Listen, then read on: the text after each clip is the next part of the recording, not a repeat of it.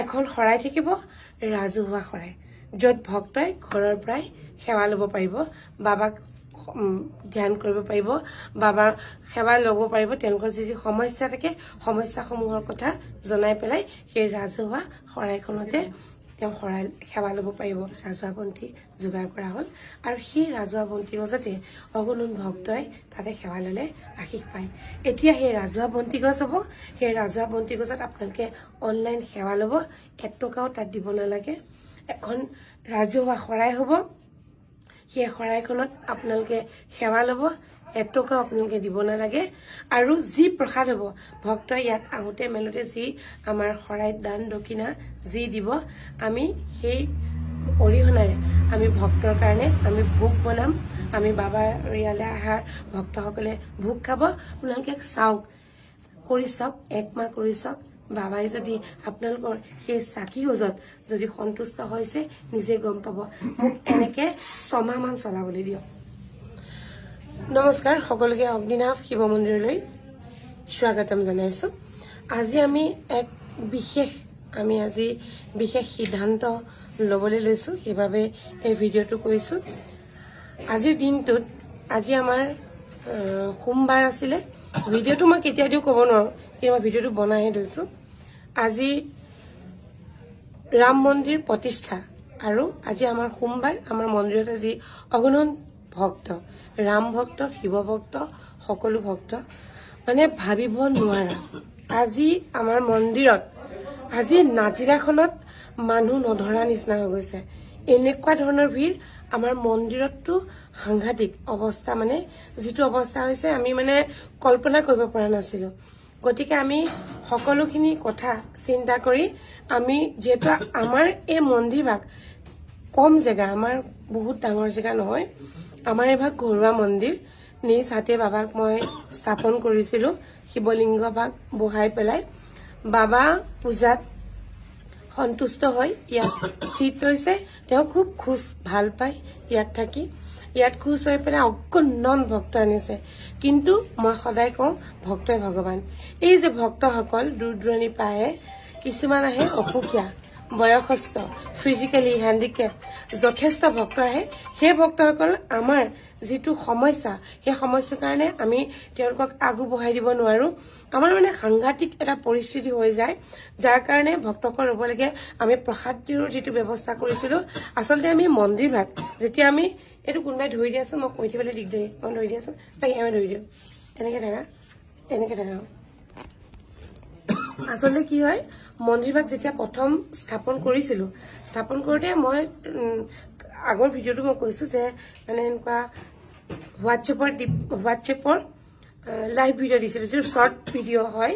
হোৱাটছএপত short video' দি পেলাই মই মোৰ ফেচবুকৰ ফ্ৰেণ্ডখিনিক মানে তেওঁলোকৰ সমস্যাবিলাকক লৈ পেলাই মই চাকি দিছিলো।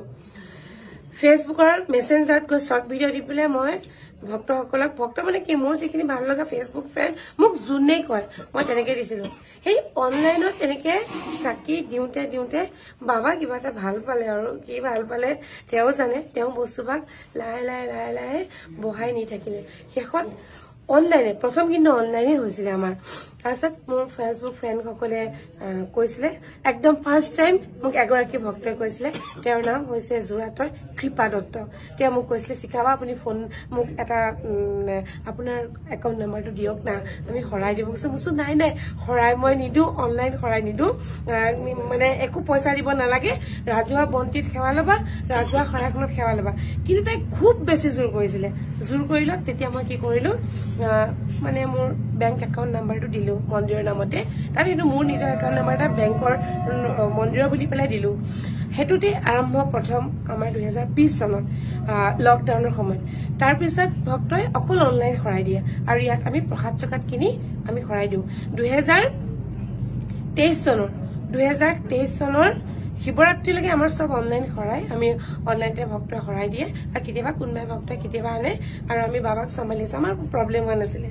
কিন্তু একেবাৰে আজি সঁচা কথা কৈছো, এতিয়া ভক্তই কব বেয়া লাগিছে নকলেও নহয় মানে মই কৈছো কিন্তু ভাল পাইছিলো খুবেই ভাল পাইছিলো যে আজি নাজিৰাখনত আমাৰ কিবা এটা উন্নতি হৈছে ভাল হৈছে কিন্তু আমি ইয়াৰ কোনো সমাধান নাই পোৱা আমাৰ ইমান বেছি সমস্যা আছে যাৰে কিয় অসুবিধা হৈছে সি অগ্নিদেৱ মন্দিৰৰ সন্মুখত মানে এখন দোকান পাতি দিছে এতিয়া এনেকুৱা হৈছে ইমানেই দোকান ভাবিব নোৱাৰা আৰু সবে প্ৰসাদ লৈ লৈ আহিছে টুকুৰিত লৈ লৈ ঘণ্টা নাম লিখাবলৈ ৰৈ থাকে নামটো নিলিখিলেও তেওঁলোকে বেয়া পায় মানে ধৰক কেনেকুৱা এটা সমস্যা আপোনালোকে নেদেখিলে কল্পনা কৰিব নোৱাৰে কিমান কষ্ট হয় এতিয়া আজি বাবাক এইমাত্ৰ বাবাক চাকি বাতি দি বাবাক মই এটা প্ৰাৰ্থনা কৰিছো এতিয়া মই এটা সিদ্ধান্ত ল'ম সেই সিদ্ধান্ত তুমি সন্মতি দিবা কাৰণ মই যেনেকৈ কৰো বাবাই সঁচাই মোক লগ দিয়ে আৰু তেওঁ সেইমতে মোক চম্ভালি লৈ যায় যেতিয়া বহুত ভক্ত হয়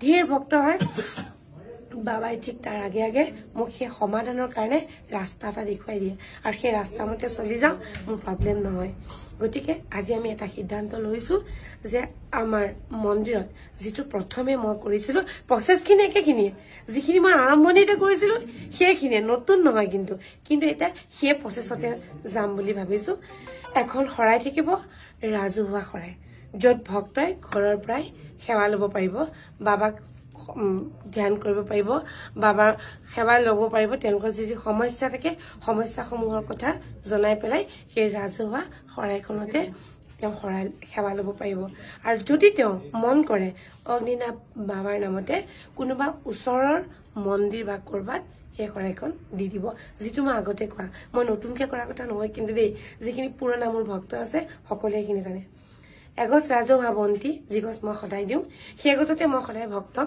সেৱা ল'বলৈ কওঁ আৰু সেই ভক্তক সেৱা ল'ব পোৱাৰ পিছত এই ৰাজহুৱা বন্তি যেতিয়া আগতে মই বহুত চাকি দিছিলো আৰু ভিডিঅ' মই আগতো কৈছো এই চাকি দিওঁতে যেতিয়া বহুত বেছি গ'ল মই নোৱাৰা হলত মই তেতিয়া এগছ ৰাজহুৱা বন্তি দিবলৈ বাবাক জনালো যে এগছ মই ৰাজহুৱা বন্তি দিম সেই বন্তি গছতে মোক এক শক্তি দিয়া যিটো নেকি বাবা মানে ভক্তই সেৱা ল'লে মানে আশীষ পায় আৰু সেইমতে এগছ প্ৰসাদ আপোনালোকে কোনেও নানিব অন্তৰৰ পৰা বাবাক সেৱা জনাব কাৰণ ভক্তই ভগৱান এই ভক্তসকলে যদি শান্তিত আহি বাবাক দৰ্শন দিব পাৰে তেতিয়াহ'লে বাবা কিন্তু সন্তুষ্ট গতিকে ভক্তকে মই ভগৱান বুলি ভাবো সেই ভক্তসকলৰ কষ্ট নোহোৱাকে এই কামটো কৰিবলৈ আমি আগবাঢ়িছো কোনো আপোনালোকে প্ৰসাদ আনিব নালাগে একো আনিব নালাগে বাবাক দৰ্শন দিয়ক খুনকালে আপোনালোকে হাজৰে গুচি যাব আৰু বাবাৰ কাৰণে আমি ভক্তৰ কাৰণে যি ভোগ আমি তৈয়াৰ কৰিব লাগে ভোগ তৈয়াৰ কৰিম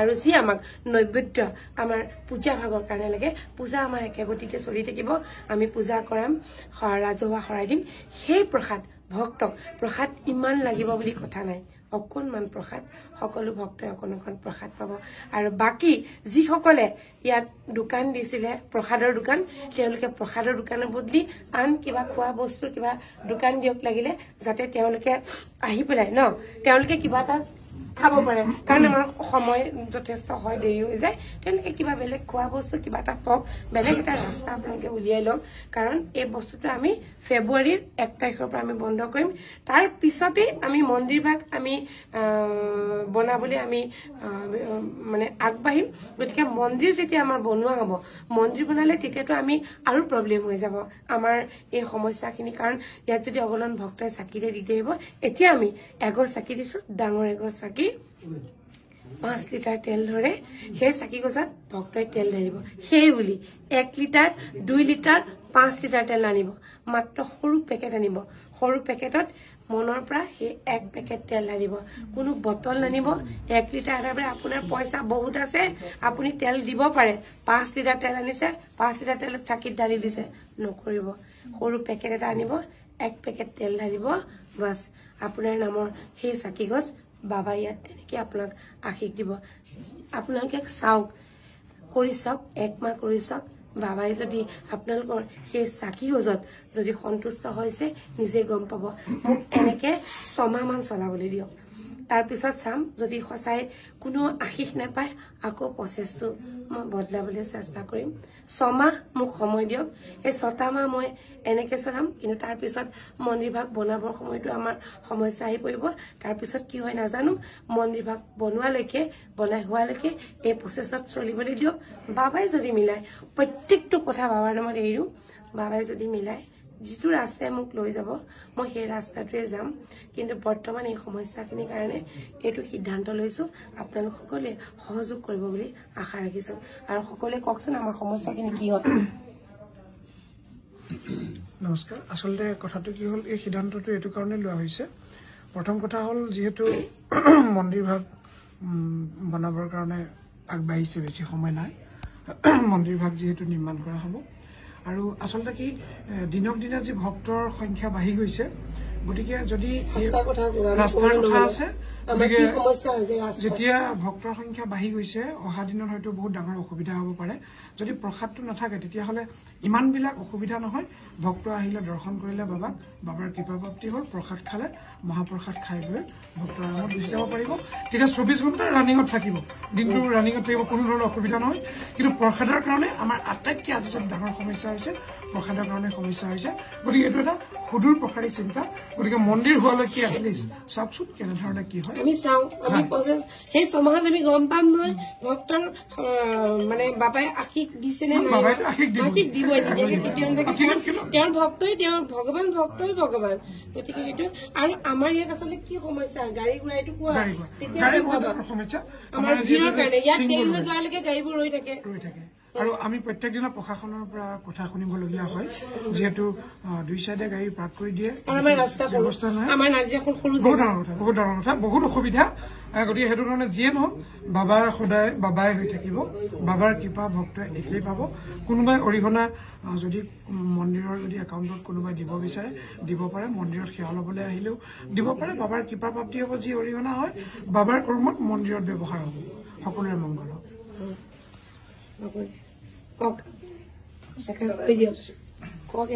সকলোকে নমস্কাৰ জনাইছোঁ আজি যিটো সিদ্ধান্ত গ্ৰহণ কৰিলে এই সিদ্ধান্তটো সকলোৱে গ্ৰহণ কৰাৰ ক্ষেত্ৰত আদৰণি জনাবলৈ মানে আমি আশা কৰিছোঁ যিহেতু আমাৰ যিখিনি সমস্যা হৈছে এই সমস্যাখিনি সমাধান হ'ব লাগে আৰু আমাৰ ভক্তসকলৰ মই বিশেষকৈ এটা কথাত মই বিশেষভাৱে গুৰুত্ব দিছোঁ যে প্ৰসাদৰ ক্ষেত্ৰত যাতে প্ৰসাদ কেতিয়াও অনিষ্ট নহয় অকণমান প্ৰসাদেই যাতে প্ৰভুৰ মহাপ্ৰসাদটো যাতে সৎ ব্যৱহাৰ হয় প্ৰসাদটো দেখাম ভিডিঅ'টোত আৰু আজি কি অৱস্থা আছে তোমালোকে কোৱাচোন চাকি ক'ত জ্বলাই থৈ গৈছিলে নিজে কোৱাচোন ভক্তই কি গতি মানে সকলোকে নমস্কাৰ জনাইছো এতিয়া আমাক যেনেকৈ শিখাবাই সকলোৱে যিখন ক'লে ময়ো সমৰ্থন কৰোঁ কাৰণ বহুত সমস্যা হৈছে আপোনালোক এয়া আমাৰ বাবা জাগ্ৰত বাবা হয় আপোনালোকে যদি ধুনীয়াকৈ সেৱা কৰে তেওঁ আপোনালোকৰ অন্তৰ আপোনালোকে সেৱা পাবই আৰু অনলাইনতে আপোনালোকে দিয়ক মই সেৱা জনাই কৈছোঁ কাৰণ প্ৰসাদ বহুত নষ্ট হৈছে প্ৰসাদ নষ্ট হোৱাটো বহুত ডাঙৰ কথা সেইকাৰণে আপোনালোকে প্ৰসাদ ননাটো এতিয়া যেনেকৈ কৈ গ'ল সেইটো সিদ্ধান্ত মই সমৰ্থন কৰোঁ আপোনালোকে যেনেদৰে কৈছে তেনেদৰে আপোনালোকে মানি চলক আপোনালোকে ফল পাবই মই ইয়াকে ক'লো থেংক ইউ আজি চাকি কেনেকৈ জ্বলাইছিলে ভক্তই কি কৰি গৈছে নমস্কাৰ আজি বাইদেৱে যিটো সিদ্ধান্ত লৈছে সঁচাকৈ এইটো ল'বই লাগিব আমাৰ মানে বহুত সমস্যা হৈছে আজি মই মন্দিৰলৈ আহিছোঁ আহোঁতে মই দেখিছোঁ গেটৰ ওপৰত বন্তি জ্বলাইছে বাইদেউ ঘৰৰ ওপৰতো বন্তি জ্বলাইছে ইয়াৰে এজন আমাৰ সাগৰদা বুলি কওঁ তেখেতে স্কুটিয়ে গৈ কৈ আছে যে এগছ বন্তি জ্বলাব এগৰাকী দুগৰাকী মানে কান্দিয়ে গৈছে বন্তি জ্বলাবলৈ আহিছিলোঁ নাপালোঁ বুলি হ'লেও তেওঁলোকক বুজোৱা হৈছে যে গছৰ ওপৰত লাগি গৈছে চেণ্ডেলৰ ওপৰতো এগৰাকী দি দিলে বোলে তেওঁ কান্দিছে চেণ্ডেলযোৰ নাই পৰি গ'ল বুলি আৰু মানে এতিয়া এইটো সিদ্ধান্ত এটা কাৰণে আৰু ভাল হৈছে বিশেষকৈ এতিয়া মেট্ৰিক পৰীক্ষা হায়াৰ ছেকেণ্ডেৰী পৰীক্ষা আহি আছে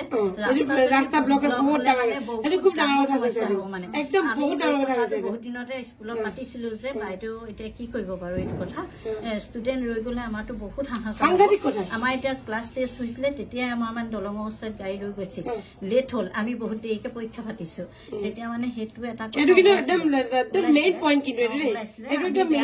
আপোনালোকে সেইকাৰণে বাইদেৱে 6 মাহ সময় দিছে 6 মাহৰ ভিতৰত আপোনালোক আকৌ আহিব নমস্কাৰ মানে 6 মাহত সাকসেস দিয়ে না বাবাই মানে কি ৰাস্তা বাবাই দিব আৰু সেইটোৱে কাৰণ আমি সেইটোৱে সেইখিনি কথা সমস্যা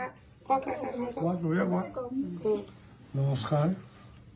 আজি আমাৰ এই মন্দিৰৰ আইগৰাকীয়ে যিটো সিদ্ধান্ত লৈছে আমি খুব আনন্দিত। এইভাগে আমাৰ মন্দিৰভাগী খুব জেগা কমৰ কাৰণে অগণন ভক্ত বাঢ়িছে। আমাৰ সদায় আমাৰ ট্ৰেফিকৰ বহুত প্ৰব্লেম হৈছে, গাড়ী পাৰ্কিং কৰা গণ্ডগোল হৈছে। ভকতসকলৰ ভিতৰলৈ যেতিয়া অগণন ভক্তৰ ভিতৰলৈ আগমন কৰে তেতিয়া আহোঁতে যাওঁতে বহুত কষ্ট হয়। আৰু আমাৰ কৰ্মীবিলাক এনে অগণন ভক্তৰ বঢ়াৰ কাৰণে আমাৰ কৰ্মীবিলাকো বহুত ভাগৰি পৰে। আমি ৰাতিপুৱা আপোনাৰ 9টা বজাত আহি ৰাতি 8টা 9টা বজাত যাবলগীয়া হয় আৰু পিছৰ দিনৰ কাৰণে আমি আকৌ আৰম্ভ কৰিবৰ কাৰণে আমি বহুত কষ্ট কৰিব লাগে।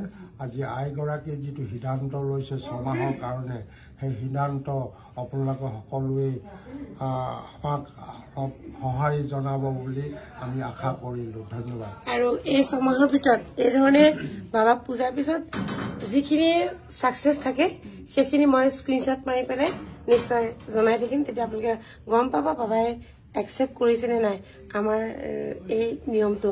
আৰু এইখিনি কৰিলে নহয় আমাৰ বহুত মানে ভক্তই বহুত শান্তি পাব আৰু আমাৰো কৰ্মচাৰীসকলে বহুত কষ্ট হয়। দুখ লাগি যাব আপোনালোকৰ, মানে ঘৰ গৃহস্থী বহুত দুখ লাগি যায়। ঘৰ গৃহস্থী মানুহ তেওঁলোকৰ দিনটো কাম কৰি দিয়ে, মানে তেজ মঙৰ মানুহ সকলো এইটো ইমান সম্ভৱ নহয়। আৰু মন্দিৰবোৰ খুব পৰিষ্কাৰকে ৰাখিব বিচাৰো। তেওঁলোকেও জানে যে বাইদেউ লেতেৰা হৈ থাকিলে বেয়া পাব, কোনফালে কৰিব, মানে এনেকুৱা হৈছে। এতিয়া আপোনাক দেখাম আজি বস্তু লোকচান কেনেকৈ হৈছে বা আমি কেনেকুৱা ধৰণে আমি সিদ্ধান্ত ল'বলৈ ওলাইছো। আৰু আমাৰ ৰাস্তা যিহেতু সৰু আপোনালোকক কৈছোৱেই, আৰু এইখিনি নকৰিলে আমাৰ উপায় নাই। গতিকে যিসকল ওচৰত দোকানী আছে তেওঁলোকে নিজে নিজে এটা সিদ্ধান্ত লওক, কিবা এটা কৰক, বেলেগ ব্যৱস্থা লওক। বা ইয়াত যিসকল ভক্ত আহে তেওঁলোকে খাব পৰাকৈ আপোনালোকে চাহ তামোলৰ দোকান দিয়ক, তেনেকুৱা কৰক। চাকিৰ ব্যৱস্থাটো আমি বন্ধ কৰি দিম। কোনো ধৰণৰ বটল ইয়াত নানিব, কেৱল মাত্ৰ সৰু পেকেট আনিব, এটা পেকেট ঢালিব। কোনো ধৰণৰ 1 লিটাৰ 1/2 লিটাৰ বা বেছি সংখ্যক তেল নানিব। আমাৰ নষ্ট হোৱাটো চব লক্ষী নষ্ট হোৱাটো বহুত বেয়া কথা। সেই কামটো যাতে নহয়। এতিয়া আপোনাক দেখাইছো ৰ'ব চাব।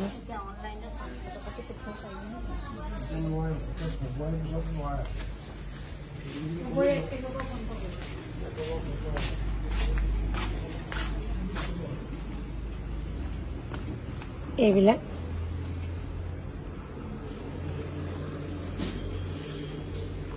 এইবোৰ চাওক কিমান বস্তু, এইবোৰ আজি ভক্তই অনা। এইখিনি যদি আপোনালোকে আনিছিলে ধৰক, এইখিনি যদি আমি ব্যৱহাৰেই কৰিব নোৱাৰিলো কিবা লাভ আছে জানো? তথাপি এইখিনি আমি পেলাম কেনেকে? লক্ষীক আমি কেনেকে নষ্ট কৰিছো চব, এইবোৰ মানে ভাবিব নোৱাৰে। আৰু কিমান বস্তু ফ্ৰণ্ট কেমেৰাই দেখাইছো কাৰণে অকণমান দিগদাৰি হৈছে বাৰু। চব ইমানখিনি কাম কোনে কৰিব? চবৰে এটা সময়লৈকেহে কৰিব পাৰিব। চব ভাগে ভাগে গুচি গ'ল। আমি কাইলৈ কি কৰিম? এইখিনি ক'ত কি কৰিম? আমি ক'ত পেলাম? কি কৰিম? মানে আমাৰ ৰাস্তা নাই। আমি ইয়াত মাত্ৰ শৰাই আমি লিখিবৰ কাৰণে এই জেগাডোখৰ চব মই আপোনালোকক ক'লো অলপ আগতে যে বাবাই মোক এটা ৰাস্তা সলাই দেখায় প্ৰত্যেকটো ক্ষেত্ৰতে। আমি এই জেগাডোখৰ আগতে লোৱা নাছিলো। এই জেগাডোখৰ আমি লোৱা আজি 5 দিনমান হৈছে, 4 দিনমান হৈছে। তাৰমানে বাবাইও জানে যে এনেকুৱা এটা গতি হ'ব, তোক জেগা বেছি লাগিব। আমাৰ ইয়াৰ আধা বছৰ ৰাখিব পৰাও জেগা নাছিলে আগতে, কিন্তু এতিয়া বাবাই এইখিনি দেখুৱালে কৰিলো। আজি দিনটোৰ কাৰণে চলি গ'ল, কালিৰ দিনটো চলি গ'ল। গতিকে ভক্তসকলক বিনম্ৰ অনুৰোধ, আপোনালোকে আৰু কোনো ধৰণৰ শৰাই বস্তু এই ধৰণে নানিব দেই। আমাৰ ইয়াত আমাৰ এইটো কাউণ্টাৰ আছিলে শৰাই নাম লিখা, কিন্তু আমাৰ ইয়াত জেগা নাই দিয়া। এই আছে, এয়া দেখিছেনে বস্তুবোৰ লোকচান দেখিছেনে?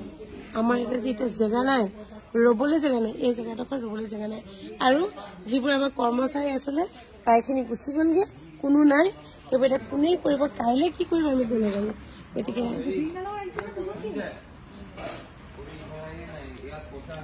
চাওঁ এইবোৰ চব কেনেকে ধৰণে আছে। আৰু চাকিৰ জেগা দেখাম আপোনালোকক।